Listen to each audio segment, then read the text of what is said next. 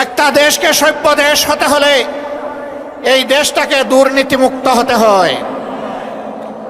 আজ কিছু দল এবং ব্যক্তি বাংলাদেশকে দফায় দফায় তারা দুর্নীতিতে চ্যাম্পিয়ন করে বিশ্বের দরবারে অপমানিত করেছেন।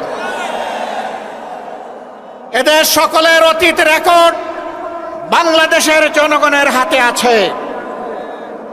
এমনকি দুঃখের বিষয়, সকল ফ্যাসিবাদ, দুর্নীতি, বৈষম্য, দুঃশাসনের বিরুদ্ধে 5 আগস্টের বিপ্লব অনুষ্ঠিত হয়েছিল। সেই বিপ্লবের পরের দিন থেকে একটা গোষ্ঠী নিজেদের কপাল কিসমত গড়ার জন্য বাংলাদেশের জনগণের উপর ঝাঁপিয়ে পড়েছে। আজ চাঁদাবাজদের দৌরাত্ম্যে সমাজ জীবন অতিষ্ঠ ততষ্ঠ, ত্রাহি ত্রাহি অবস্থা। বিনিয়োগকারী, শিল্পপতি, ব্যবসায়ী, ক্ষুদ্র ব্যবসায়ী কেউ শান্তিতে নাই।